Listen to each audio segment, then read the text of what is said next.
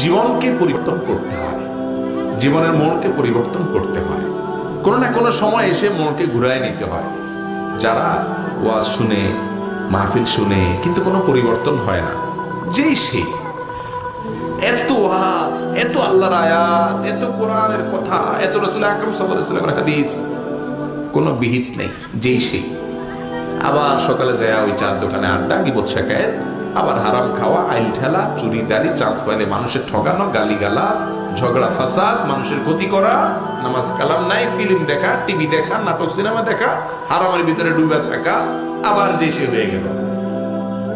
এরপরে আবার ওয়াজের সময় আসলে মাথায় একটা টুপি টাপা দিয়া আবার বসে 2-4 ঘন্টা ওয়াজ করলো, এমনকি ওয়াজ শুনে যায় এমন ঘুম দিল, ফজর নামাজ শেষ 8টা বাজে উঠলো। আমরা বেশিরভাগ এই টাইপের মুসলমান না ভাইরা আমার। আল্লাহ রাব্বুল আলামিন কোরআনে কারীমে বলেছেন, ওয়ালাকাদ যারাকনা লিজাহান্নামা কাসীরাম মিনাল জিন্নি ওয়াল ইনস, বহু জিন আর মানুষকে আমি সৃষ্টি করেছি, তাদেরকে জাহান্নামে দেয়া হবে এই উদ্দেশ্যে। এদের জন্মই হলো জাহান্নামের জন্য। ওই যে কি একটা সিমেন্ট আছে না, তাদের স্লোগান হলো জন্ম সৃষ্টির লক্ষ্যে। আর এই কপাল পড়া মানুষ এবং জিনের জন্ম জাহান্নামের লক্ষ্যে। কারা তারা? লাহুম কুলুবুল লা ইয়াফকাহুনা বিহা, তাদের অন্তর আছে কিন্তু অন্তর দিয়ে চিন্তা করে না, ভাবে না যে আমি কি করছি। ওয়ালাহুম আ'য়ুনুল লা ইউবসিরুনা বিহা, চোখ আছে কিন্তু চোখ দিয়ে দেখে না, চোখের সামনে মানুষ চলে যাচ্ছে, হারিয়ে যাচ্ছে, আর ফিরে আসছে না, আল্লাহর কাছে চলে যাচ্ছে, অনেক ঘটনা ঘটছে, শিক্ষা নিচ্ছে না। লাহুম আযান ওয়া লাহুম আযানুন লা ইয়াসমাউনা বিহা, কান দিয়া শুনছে আল্লাহর কথা, রাসূলের কথা, কিন্তু ভেতরে ঢুকছে না। এই মানুষগুলোকে আল্লাহ বলেছেন উলাইকা কাল আনআম, তারা চতুষ্পদ জন্তুর মতো, লাহুম আযাল, বরং তার চেয়েও খারাপ।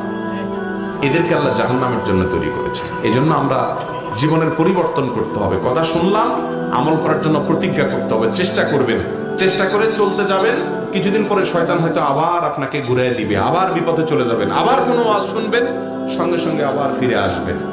এভাবে কুস্তি চলবে শয়তানের সাথে।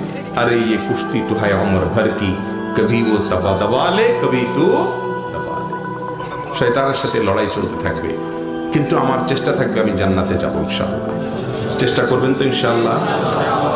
অতএব আজকে নিয়ত করে নেই, এমন কোনো মানুষ যদি থাকেন এই মজলিসে, নামাজে গাফলতি ছিল, 3 ওয়াক্ত পড়তেন, 1 ওয়াক্ত পড়তেন না, 4 ওয়াক্ত পড়তেন, ফজর পড়তেন না, বা গাফলতি ছিল, তারা তওবা করেছেন, মালিকের সাথে কথা বলে হালখাতা করেছেন, আল্লাহ আমি ভুল পথ থেকে সরে আসলাম, এরকম নিয়ত করেছেন কোনো মানুষ, তাহলে একটা হাত তুলে দেখান।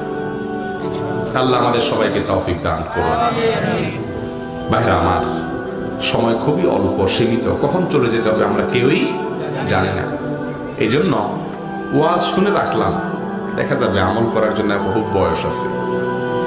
এই কথা আপনাদের কানে কানে এখন এই মাহফিলে বহু শয়তান ঢুকে গেছে, ইবলিস ঢুকে ঢুকে আপনাদেরকে এখন ফুসলাচ্ছে ভেতরে ভিতরে, যুবকদেরকে বিশেষ করে। বলে মাথা খারাপ নাকি, এই মৌলবীর ওয়াজ শুনে এখনই কাইতে যাওয়া চান্দ, আরো কিছুদিন করো আকাম কুকাম, আরে পুরো জীবন পড়ে রয়েছে, মাথা খারাপ।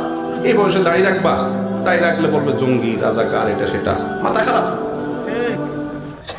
আরো কিছু আকাম কুকাম করে নাও, দুনিয়াটা মস্ত বড়, খাওয়া দাওয়ার ফুর্তি করো। এই কথা এখন ইবলিস ভেতরে ভিতরে বুঝাবে। আল্লাহ রাব্বুল আলামিনের কাছে তৌফিক কামনা করেন, মানুষ চাইলেই ফিরে আসতে পারে না। আল্লাহর কাছে দোয়া করেন, আল্লাহ আমরা যে কথাগুলো বললাম, শুনলাম, আমাদের সবাইকে সেগুলোর উপর আমল করার তৌফিক দান করেন। আল্লাহ আমাদেরকে খাঁটি মুসলমান হওয়ার তৌফিক দান করেন। আল্লাহ আমাদেরকে মানুষের মতো মানুষ হওয়ার তৌফিক দান করেন। ভাই আল্লাহ আমাদের দ্বারা যেন কারোর কোনো ক্ষতি না হয়, আমরা যেন মানুষের উপকারে থাকতে পারি, সেই তৌফিক দান করেন।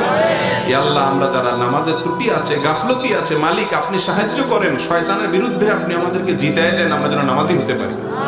আমাদের মা বোনদেরকে আল্লাহ পর্দা মুশিদের সাথে চলার তৌফিক দান করেন। আমাদের চক্ষুগুলোকে আল্লাহ তাআলা হেফাজত করার তৌফিক দান করেন। আমাদের এই সমাজকে আপনি সুখী, সমৃদ্ধ, শান্তিপূর্ণ, আল্লাহর অনুগত বান্দাদের, প্রিয় বান্দাদের অভয়ারণ্য এবং চারণভূমি হিসাবে গড়ে তোলার তৌফিক দান করেন। জাযাকুমুল্লাহু খায়রা ওয়া আখিরু দাওয়ানা আলহামদুলিল্লাহি রাব্বিল আলামিন।